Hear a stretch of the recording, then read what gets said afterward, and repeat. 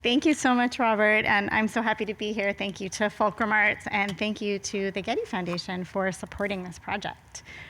So Robert kind of started me off a little bit. And this question of how art can enact positive ecological change in the Pacific while simultaneously addressing the ongoing effects and historical causes of cultural and environmental devastation has really been fundamental for us as we've been developing the research in advance of the exhibition that we are in the process of putting together. Just to give you a little background, the Pacific Ocean is a defining aspect of life in California, and our connection to the rest of the world is largely predicated on this coastal position and the global orientation it engenders. The impetus behind organizing an exhibition that articulates a global consciousness and awareness of various ecological issues plaguing the shared space of the Pacific in its entirety is therefore rooted in our location here in California. The Pacific is the largest delineated body of water in the world, covering nearly 1/3 of the Earth's surface. It is home to the deepest point on Earth, and its outer edges contain some of the most active volcanoes and tectonic movement. Oceania, made up of thousands of islands in distinct and interconnected cultures, shifts our understanding of the Pacific as not an empty space, but rather a vast sea of islands where the ocean continues to shape everyday life and bonds disparate communities with each other. Nonetheless, the Pacific has also been a dumping ground, a blank slate for colonial endeavors, a testing arena for war, and a lake meant to be tamed. The multi-directional and multi-layered currents that carry water throughout the Pacific now also transport nuclear waste, microplastics, and the detritus of industrial fishing. The Pacific and its islands, shorelines, peoples, and more than human life are now increasingly under threat due to intensifying climate change, the causes of which are well known with effects that are all-encompassing. So I wanted to share with you the process that we've undertaken as we've approached the research that we've done. And since the project's inception, we've been interested in bridging artistic, scientific, and indigenous knowledge systems across vast distances of time and space. The project takes artistic and ecological thought as types of radical thinking that require understanding change as dynamic and resilient. Current scholarship in the broader field of environmental humanities often conceives the ocean through metaphors of fluidity, a flow that characterize the ocean as both planetary and deeply local. This important micro-macro conception of the ocean has offered us an opportunity to examine our world from multiple scales and perspectives, which in turn present unique and largely underexplored cultural comparisons, and considers that a science of the ocean cannot be severed from history, culture, politics, and communities. Our focus has been on researching artworks that offer real and speculative possibilities for change. So we're interested in starting with the ideas of awareness and education, but also really looking for works that take definitive action. So we've undertaken in a number of research-based activities that are really grounded in discussion and collaborative learning through 2 different advisory groups, both global and local. So we have an international advisory council, and I won't read all of these names to you, but they're from all areas of the Pacific, all curatorial based for the most part. And so to help us really tease out the artists that we've been very fortunate to have conversations with over the past 2 years. And then we have a California-based advisory council that is comprised of scientists, artists, various experts, and really represents this kind of multidisciplinary approach that we've been interested in taking. As the project is rooted here in our location in Southern California, we've sought to learn how issues affecting us here in California are played out across the Pacific. A number of our projects explore the same issues identified in the California Ocean Protection Council's 2020 to 2025 strategic plan to protect California's coast and ocean. And we're really interested in a consideration of the shared space of the Pacific Ocean, offering a distinct perspective that moves beyond outmoded conceptions of cultural barriers and instead looks across cultures not often considered in relation to one another. So that includes looking at artwork from the Pacific coastal Americas, presented in relation to works created by artists in Asia, Oceania, New Zealand, and Australia. Just pointing out this work, you'll hear more about it later, but so I didn't want to take up too much of my time talking about it, but we're all very excited about it. So as I mentioned, we've been having these really incredible conversations with our various advisory councils, and in doing so, we've learned a great deal, particularly about ocean currents. Initially, I set out to research artists working on specific pressing issues at stake in the Pacific Ocean.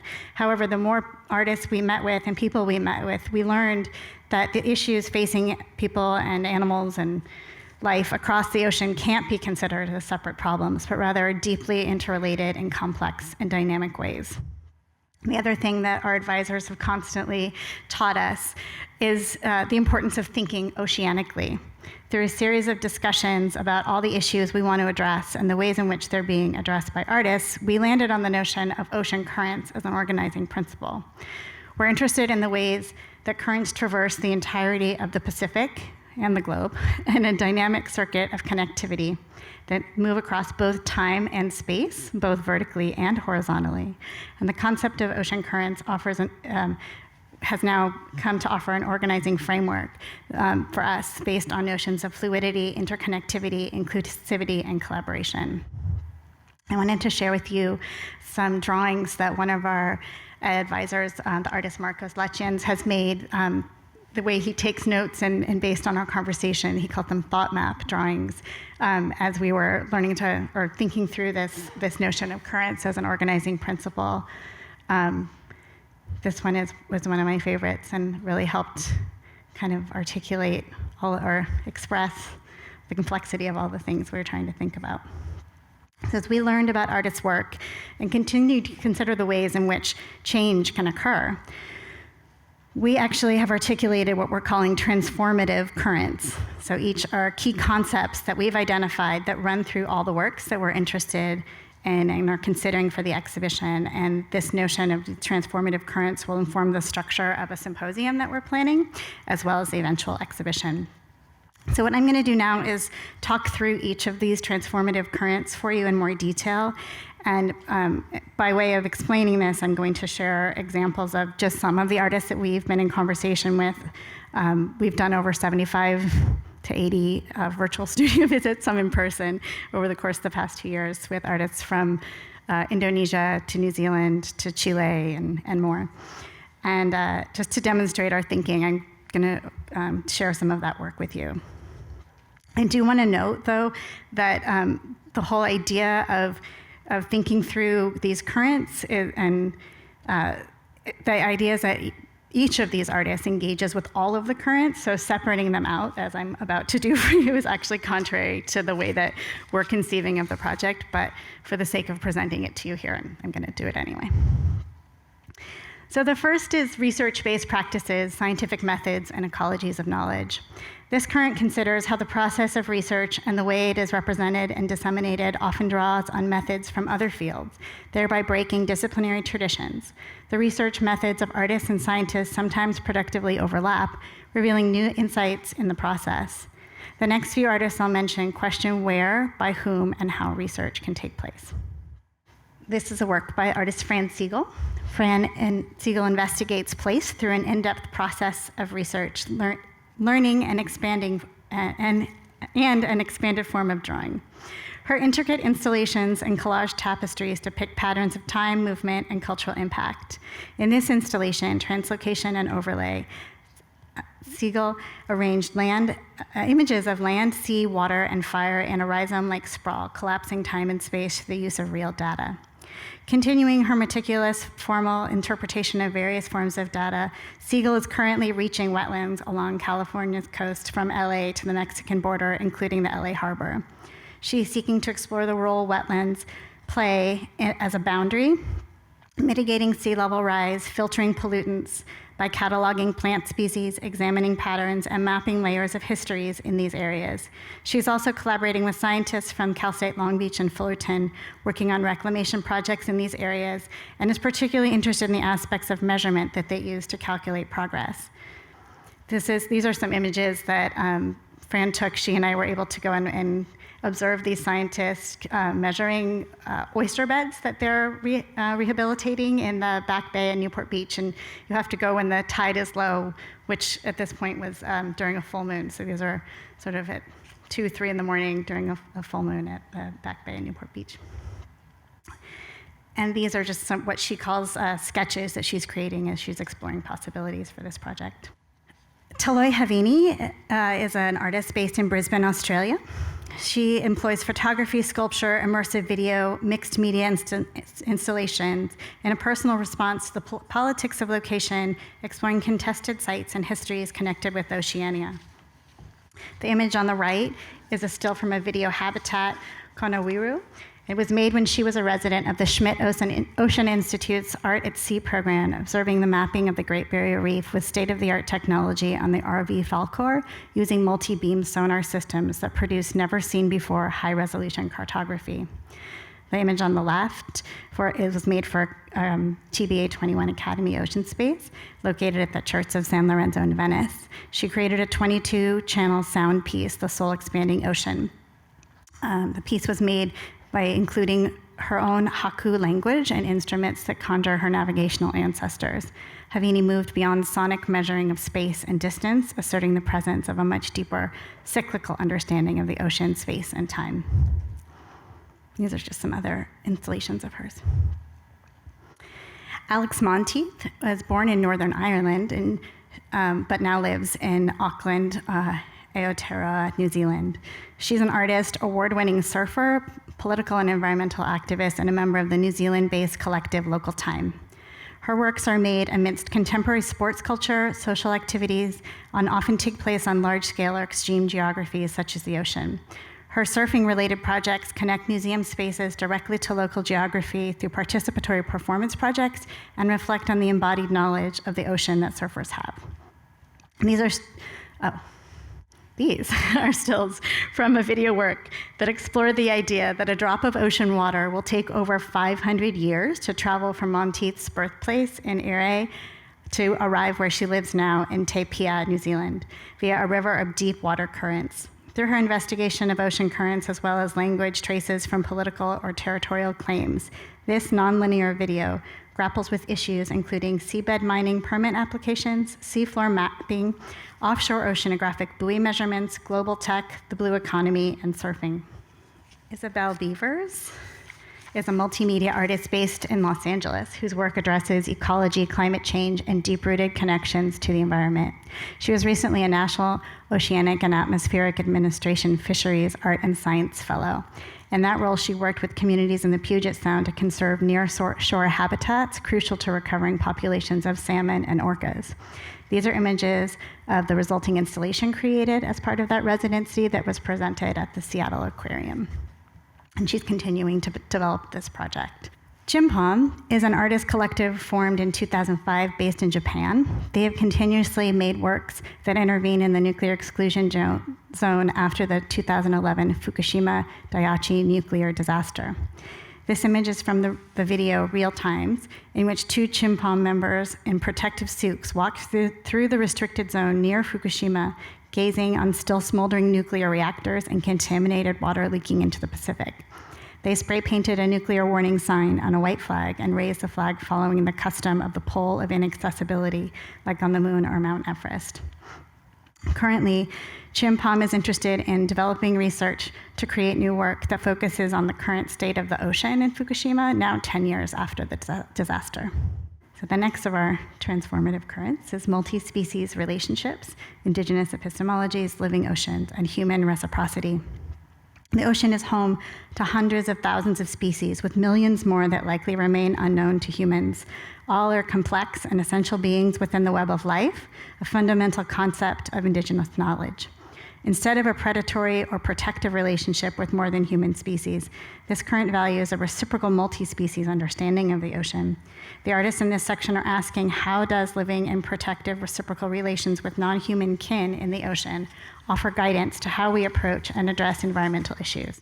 These 2 artists, Elle Frank and Jane Changmi, they're collaborating together on a project. Elle Frank is an artist, writer, tribal scholar, cartoonist, and indigenous language activist. She is internationally known for her work on language and cultural revitalization.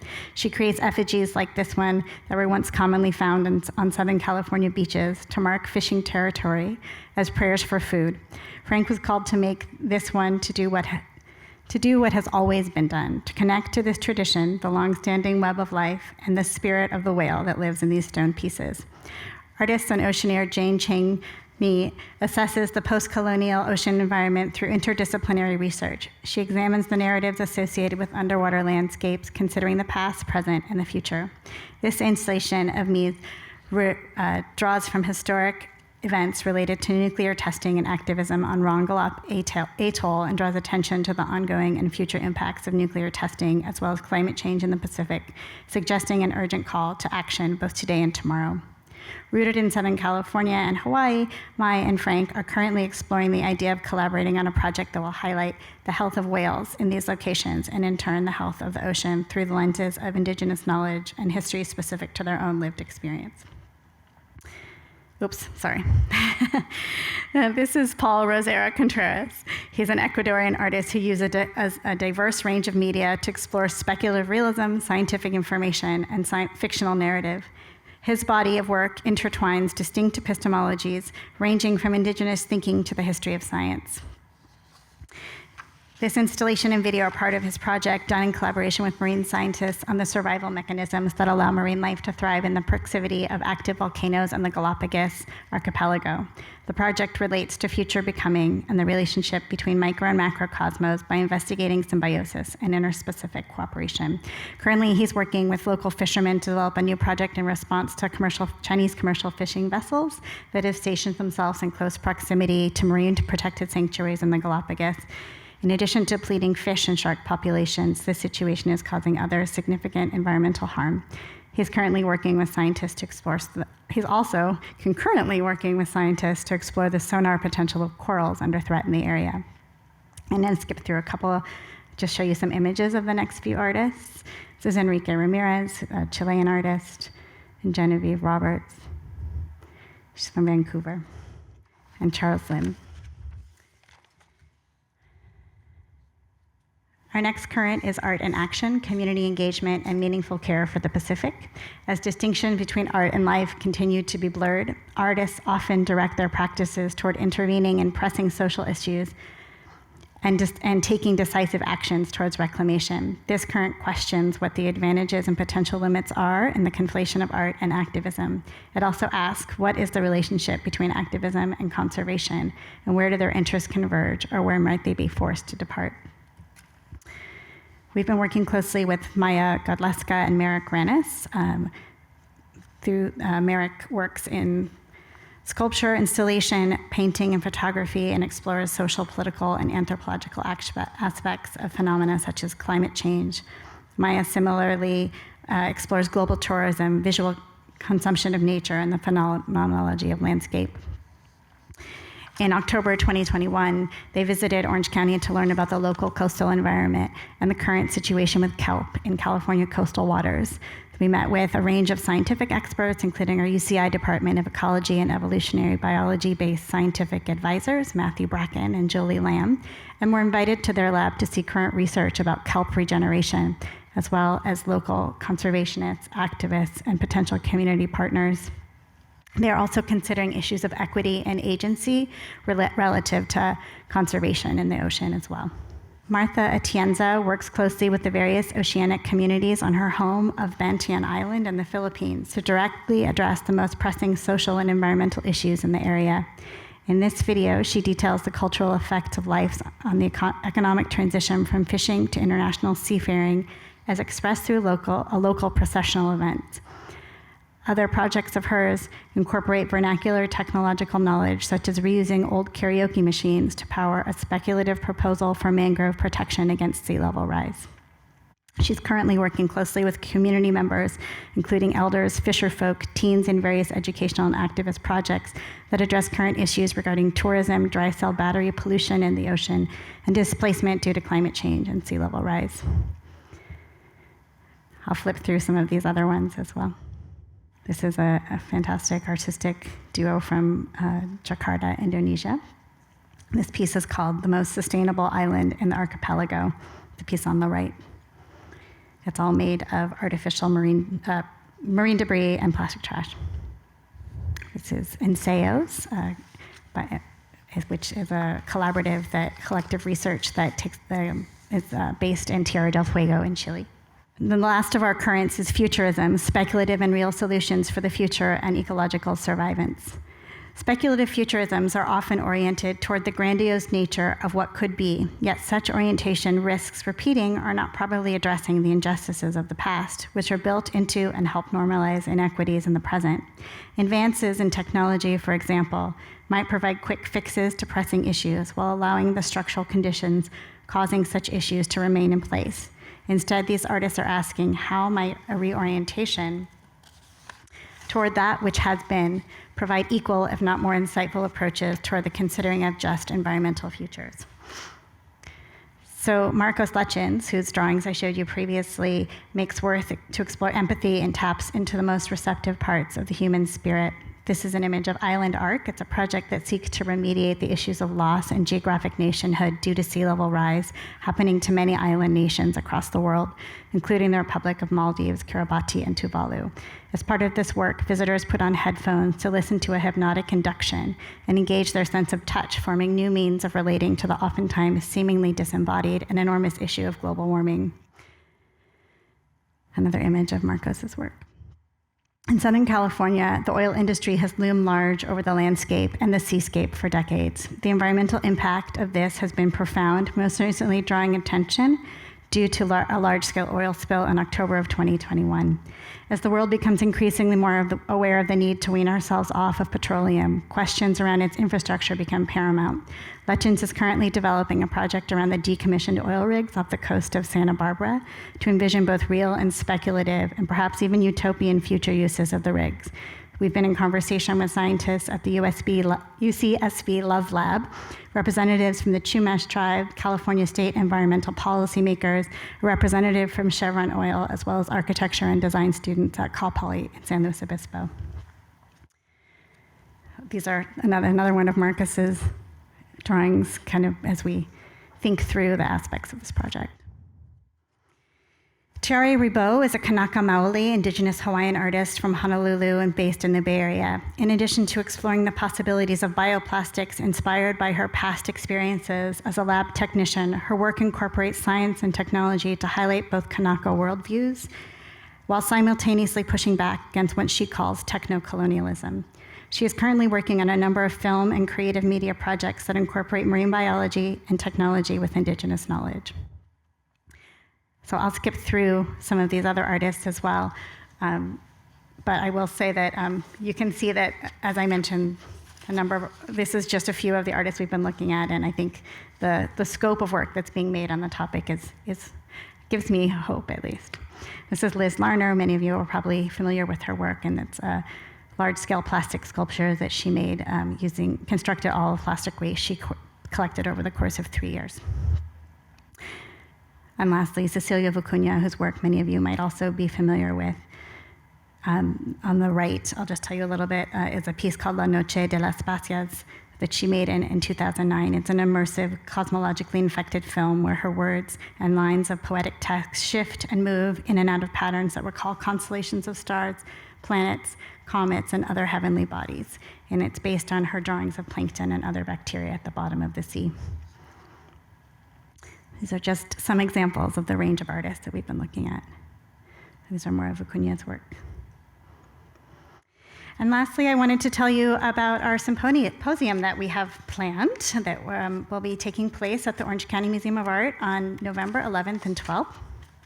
It's the culmination of our research phase, and it will bring together the international advisors and artists that we've been in conversation with, and it will consist of talk, panel discussions, and special offsite programs. We're collaborating with the Crystal Cove Conservancy, and some of the events will take place there on the beach.